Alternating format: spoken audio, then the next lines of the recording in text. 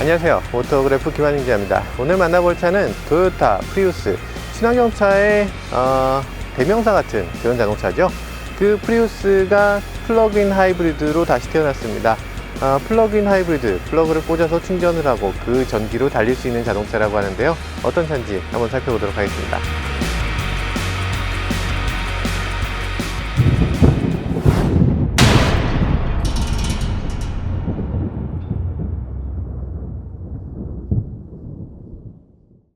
프리우스, 사실 프리우스의 다른 버전, 그러니까 기본 프리우스하고 비교했을 때 굉장히 많이 달라요. 이게 같은 프리우스라고 불러도 되나 싶을 정도의 차이를 보여주거든요. 이 램프의 구성들이 다 이게 뭔가 싶은 그런 형태인데, 가운데 두 개가 미등이고요. 요 가장자리 두 개는 헤드램프입니다.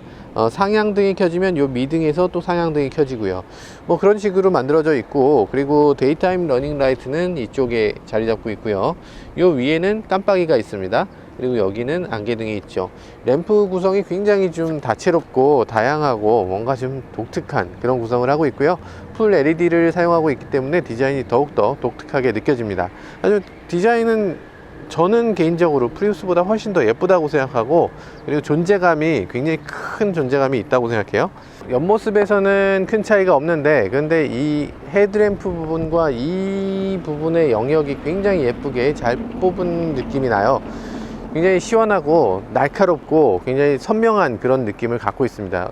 이 약간 어중간한 느낌이 아니라 굉장히 공격적으로, 이 프리우스가 기존까지는 뭔가 친환경을 위해서 너무 착한 이미지만 있었다면, 이번 프리우스는 뭔가 좀 강하고 강력한 이미지로 좀 디자인의 어떤 콘셉트를 많이 바꿨습니다. 플로팅 루프라고 많이 하는데, 이 천장이 떠 있는 것 같이 보이도록 이렇게 검정색 블랙 베젤을 이용해서 이렇게 떠 보이도록 하는 그런 효과를 좀 주고 있어요. 토요타의 요즘 디자인 추세일 뿐더러 전 세계적으로 소형차는 다 이런 디자인을 갖고 있죠. 공인연비를 보면 21.4로 찍혀 있습니다. 세상에, 21.4? 그게 어떻게 가능하지? 우리나라도 플러그인 하이브리드를 위한 연비 측정 방법이 마련되어 있고요. 그것에 맞춰서 지금 나와 있는 거니까 다른 차하고 객관적으로 비교할 수 있는 근거가 될 것 같습니다. 프리우스의 특징적인 부분이 가운데에 바가 지나가는 부분이었거든요. 근데 지금 그 바가 지나가는 게 사라진 게 아니고 이 부분도 유리입니다. 그래서 저 좌석에서 보면 이 유리로도 보이고 이 유리로도 보이고 중간에 이 날개가 지나가는 느낌이 들어요. 그리고 또 이제 이 뒷유리가 이렇게 차만을 위해서 만들어진 아주 묘한 그런 리어 윈도우를 볼 수가 있어요. 그리고 그전처럼 그 프리우스 다른 버전처럼 이렇게 깜빡이 등이 저렇게 세로로 가고 있습니다. 플러그인 하이브리드 대부분이 다 트렁크 공간이 좀 좁아요. 왜냐하면 배터리를 많이 실어야 하니까. 아이오닉 플러그인 하이브리드는 조금 더 이 시트 밑으로 더 많이 깔았어요. 근데 이 차는 요 자리에 배터리랑 뭐 등등등이 들어가는 모양이에요. 근데 이게 뭐 470리터인가 뭐 500리터 가까이 되는 걸로 알고 있거든요. 그런데 이게 어떻게 500리터라고 하는 건지는 잘 모르겠습니다. 어째서 그렇게 수치가 나왔지? 이 망을 한번 붙여볼까요? 그러면 뭐 탁 펴지는 건데, 네, 펴지는 거군요. 펴지고 여기다가 이렇게 하라고요? 진짜 허접하네. 차급을 생각하면 이게 있어서, 이런 식으로 있어서는 좀 곤란하지 않나? 네, 정말 그냥 순수하게 짐을 그냥 보이지 않도록만 하는 그런 역할을 하는 그런 아주 순수한 그런 장비네요. 여기 되게 카본 스타일의 그런 플라스틱을 여기 적용을 하고 있네요. 이쪽 끝에서 이쪽 끝까지를 플라스틱 한 피스로 만들어냈어요. 이 트렁크 부품 전체가, 이 안쪽 전체가 다 플라스틱입니다. 엄청나게 가벼울 것 같네요. 이 바깥쪽은 물론 철판으로 되어 있는 것 같은데, 이 안쪽이, 아니 여기도 플라스틱이구나. 여기도 플라스틱, 여기도 플라스틱, 안쪽도 플라스틱. 이 트렁크 전체를 다 플라스틱으로 만들었는데 대단하네요. 이렇게 큰 부품의 플라스틱을 만들어내는 건 쉬운 일이 아닌데 말이죠. 타이어는 다른 그 하이브리드처럼 연비가 좋으려면 이런 타이어를 써야 됩니다. 지금 에코피아 그 저연비 타이어를 사용하고 있는데요. 브리지스톤의 저연비 타이어로 굉장히 유명한 그런 타이어죠. 타이어가 좀 빵빵하게 생기고 뭐 딱 봐도 이건 그 연비만 생각한 타이어 같이 보이네요.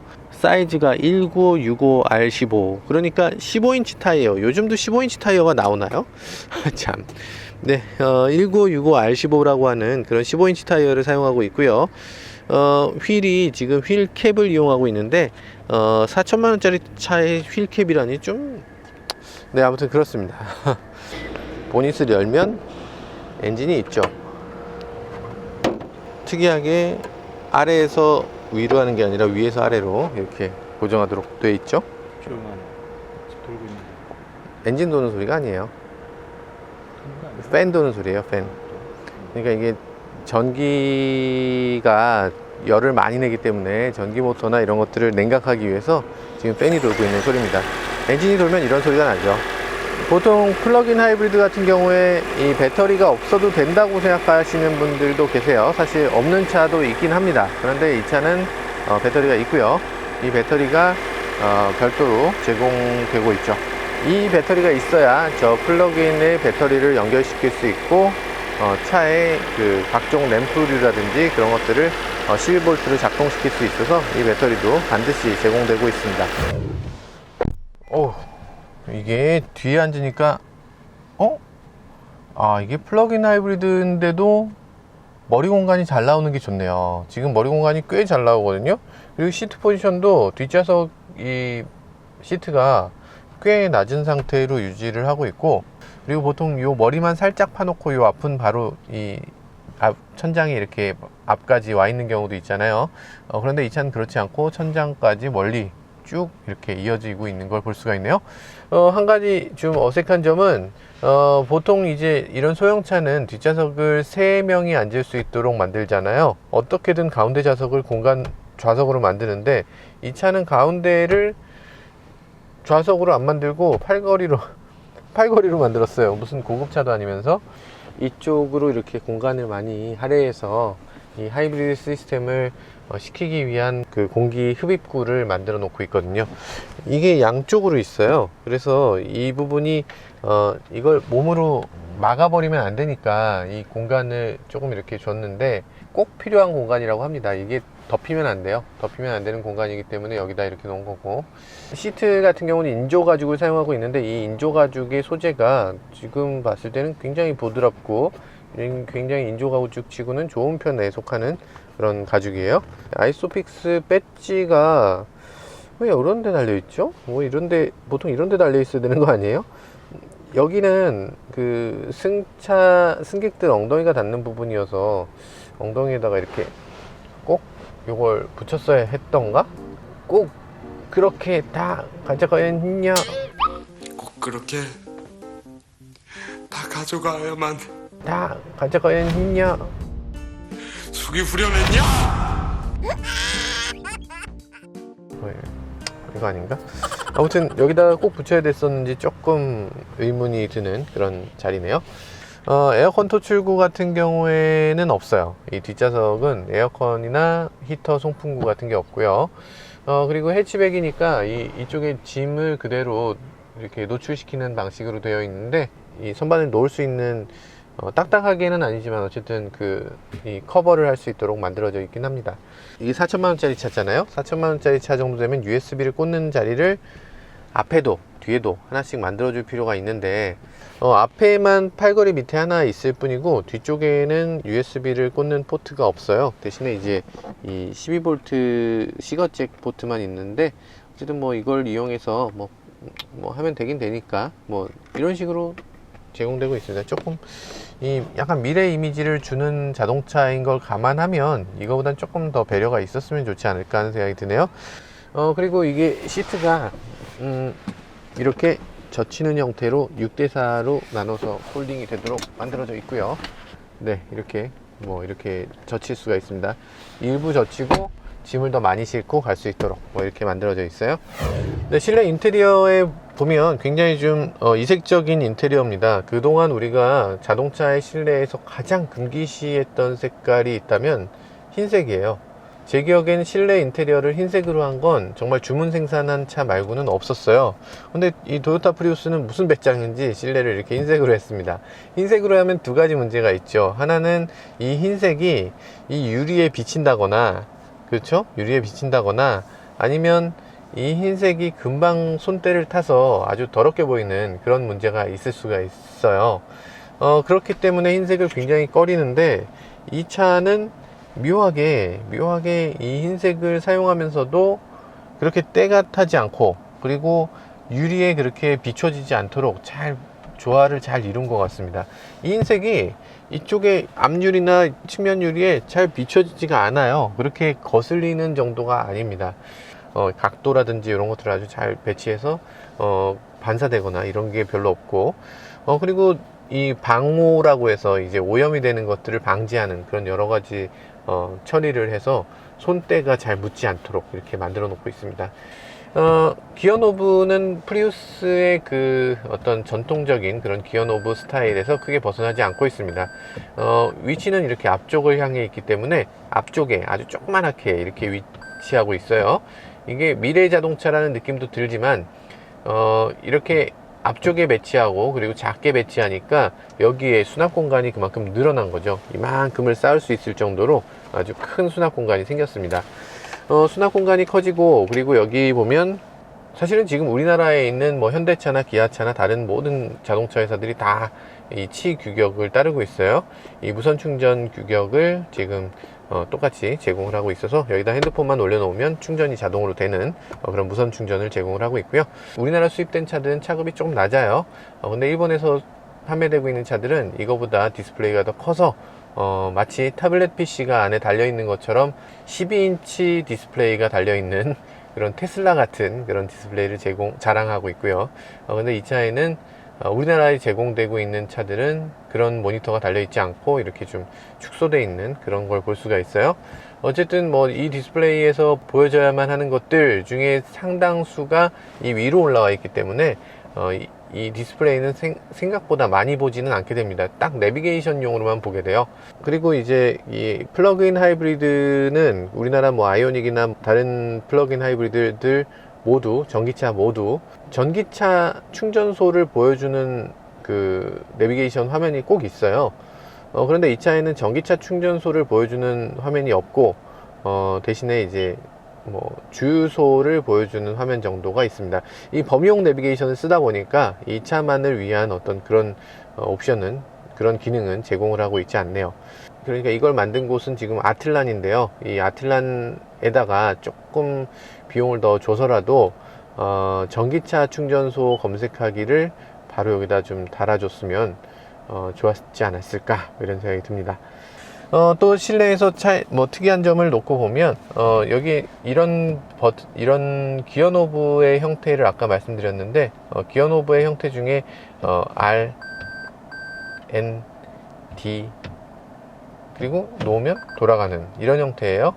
N 놓으면 돌아가고, D 놓으면 돌아가고, 그래서 항상 센터는 이쪽에 있게 돼요. 후진할 땐 이렇게. 네, 이런 것도 당연히 토요타의 특허죠.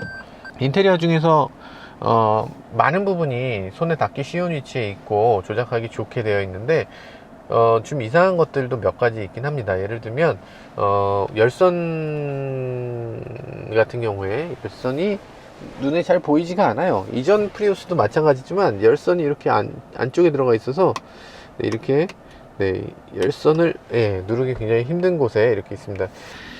그것뿐이 아니에요. 또 이상한 건 또 있습니다. 뭐 예를 들면 사이드미러를 접을 때 어떻게 보통 할까요? 뭐 이런 부분을 눌러서라든지 뭐 돌려서라든지 뭐 당겨서라든지 뭐 이런 게 있을 거잖아요. 근데 그렇게 하지 않았어요. 이 차는 숨겨놨습니다. 이렇게 숨겨놨고, 이렇게 보이지 않는 위치에 이렇게 파킹 센서도 숨겨놨는데, 이것도 아주 이상한 일이죠. 앞좌석에 앉아본 느낌은 뭐 기능적으로는 문제 없고 뭐 충실하다 이런 느낌은 드는데요. 그렇다고 해서 굉장히 고급스럽다거나 뭐 이 앞자리에 앉아서 굉장히 좀 만족감을 느낀다거나 이렇게까지는 아닌 것 같아요. 그냥 자동차구나, 그냥 뭐 부족하지 않은 차, 뭐 이런 정도의 기분입니다. 네, 우리가 흔히 자주 가는 뭐 마트, 이마트나 아니면 뭐 뭐 아울렛이나 이런 데에는 꼭 전기차 주차장이 따로 있습니다. 백화점도 마찬가지고요. 우리 가는 곳에 거의 많이 있으니까 이제는 플러그인 하이브리드를 충전할 만한 곳이 꽤 있는 거죠.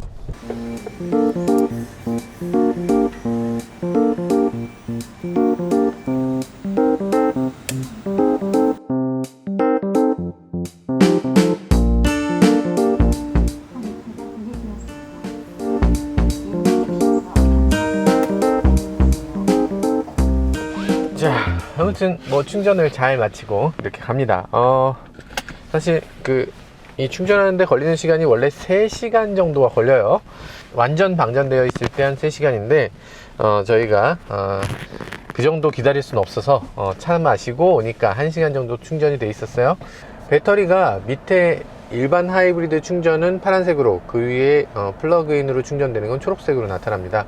어지간한 집에서 마트까지 가는 거리는 충분히 되는 것 같고, 마트에서 집까지 가는 거리도 어지간하면 될 것 같아요. 이게 전기 하이브리드에 익숙한 사람은 가속 페달을 조금 밟으면 금방 시동이 걸리겠지 싶은데 지금 이렇게 달려도 시동이 안 걸려요. 오, 진짜. 아니 이게 되게 이상한 게 속도감이 없어져요. 속도감이 없어서 굉장히 천천히 가는 것 같다고. 아니 아무 소리도 없는데 이렇게 슝 이렇게 간다니까요. 진짜 이게 정말 일본의 모 배우의 그 말처럼 こんなに静かなのにアクセルを踏んだ瞬間ビューンですよ。 なのに室内はシーンビューンな 슝 이렇게 ビューンなのにシーンシーン試して PHV シーンなのにビューン 그런데 전기차가 가진 가장 큰 단점은 항상 마음속에 불안감을 갖고 가는 거예요. 항상 언제나 언제 퍼질지 몰라 하는 마음을 너무나 많이 갖고 있기 때문에 전기차는 그것 때문에 불안해서 못하는 사람들이 많죠. 플러그인 하이브리드는 전기를 다 쓰고 나면 그때부터는 가솔린 엔진이 돌아갑니다. 가솔린 엔진이 돌면서도 연비도 굉장히 좋게 돌아가요. 그렇기 때문에 가솔린의 힘으로 정말 불안감 없이 정말 신나게 달릴 수 있는 거죠. 이런 플러그인 하이브리드 전기차 이런 차들은 소음 대책을 정말 잘 세워야 됩니다. 소음이 노면에 타이어 소음이라든지 이런 과속 방지턱을 넘어갈 때 그 서스펜션이 움직이는 소리 같은 게 그대로 들려요, 실내에서. 그런데 이 차는 그런 소리가 전혀 안 들리는 거죠. 정말 놀랍습니다. 서스펜션이나 바퀴 구르는 소리 같은 게 어떻게 안 들릴 수가 있죠? 정말 안 들린다니까요. 놀랍게도. EV 모드와 하이브리드 모드를 오갈 수 있도록 이렇게 버튼을 제공을 하고 있어요. EV 모드를 켜게 되면 전기만으로 차를 그냥 처음부터 끝까지 전기만으로 가는 거예요. 전기를 다 쓴 다음에 그때부터 이제 하이브리드 모드로 들어가는 거고요. 하이브리드 모드를 켜면 전기를 위주로 쓰지만 그래도 필요한 경우에 엔진을 작동시킬 수 있도록 그렇게 하는 게 하이브리드 모드고요. 이 차에는 그래서 EV 모드랑 EV 오토 모드랑 뭐 이렇게 여러 가지로 EV를 위한 버튼들을 2개나 이렇게 마련해 놓고 있습니다. 드라이브 모드도 3가지로 에코, 노말, 파워 모드 이렇게 3가지 모드를 제공하고 있고요. 이 차의 브레이크는 다른 모든 하이브리드와 마찬가지로 브레이크를 밟았을 때 초기에는 발전기가 돌면서 감속을 하고 더 세게 밟았을 때 실제 브레이크 패드가 붙습니다. 그런데 그 차이를 느끼지 못하게 하는 게 관건인데 대부분의 국산 하이브리드 차들은 언제 감속되고 언제 브레이크 패드가 붙는지 이게 느껴져요. 그런데 이 차는 브레이크를 밟을 때나 가속 페달을 밟을 때나 이 차의 출력이 변화되는 부분, 뭐 감속하는 힘이 바뀌는 부분 이런 것들은 거의 느낄 수가 없어요. 운전자가 거의 느낄 수 없는 상태로 아주 잘 만들어져 있습니다.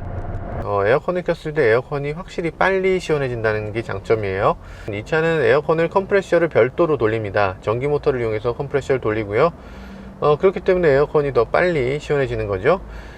브레이크 패드 같은 경우도 브레이크를 직접 밟아서, 그러니까 브레이크 패드를 마찰시켜서 세우는 게 아니기 때문에 브레이크 패드가 굉장히 오래 갑니다. 몇 년 동안 차를 폐차할 때까지 한 번도 갈지 않았다 이런 사람도 있어요. 그런 사람도 있을 정도로 브레이크 패드가 정말 수명이 오래 가고, 엔진 오일도 마찬가지로 정말 수명이 오래 가고, 그런 것들이 어떤 하이브리드에 잘 알려지지 않은 장점 중에 하나예요. 단점도 있겠죠. 단점은 겨울철에 히터를 켜게 되면 히터가 전기를 너무 많이 빨아먹는 거, 그게 단점이라고 할 수도 있겠어요.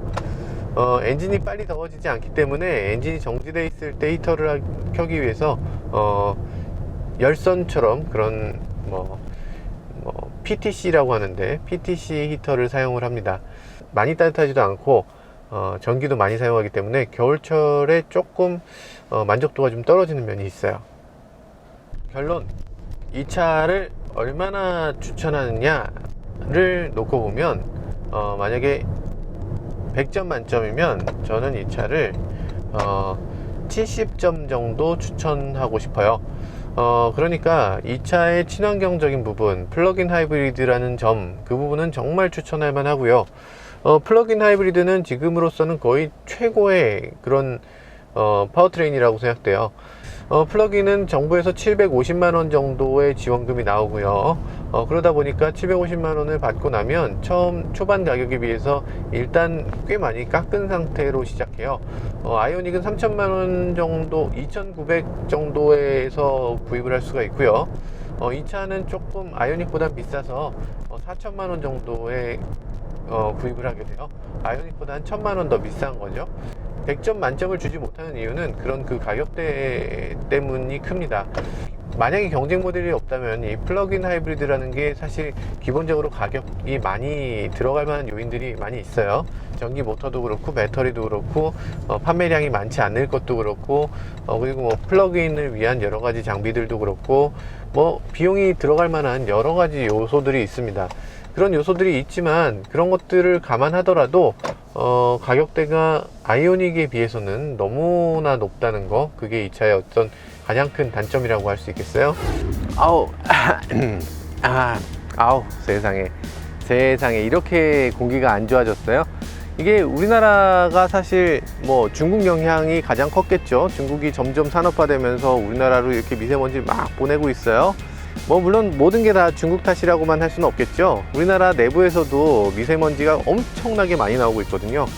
중국에 플러스돼서 우리나라 내부의 미세먼지까지 이렇게 당연히 되고 있는데, 우리나라 내부의 미세먼지도 좀 줄일 필요가 있습니다. 이게 다 중국 탓하고 우리는 마음대로 살 거야 이렇게 해서는 안 되겠죠. 당연히 이런 플러그인 하이브리드, 전기차 이런 거 굉장히 좀 중요한 일이라고 생각되고요. 네, 친환경을 위해서 사실 전기차로 빠르게 이행돼야 되겠죠. 그런데 전기차로 한 번에 가는 건 너무나 어려운 일이잖아요. 그렇기 때문에 그 중간 단계로서 플러그인 하이브리드가 정말 좋은 역할을 할 수 있겠다는 생각이 들었습니다. 지금까지 모터그래프 김한윤 기자였습니다.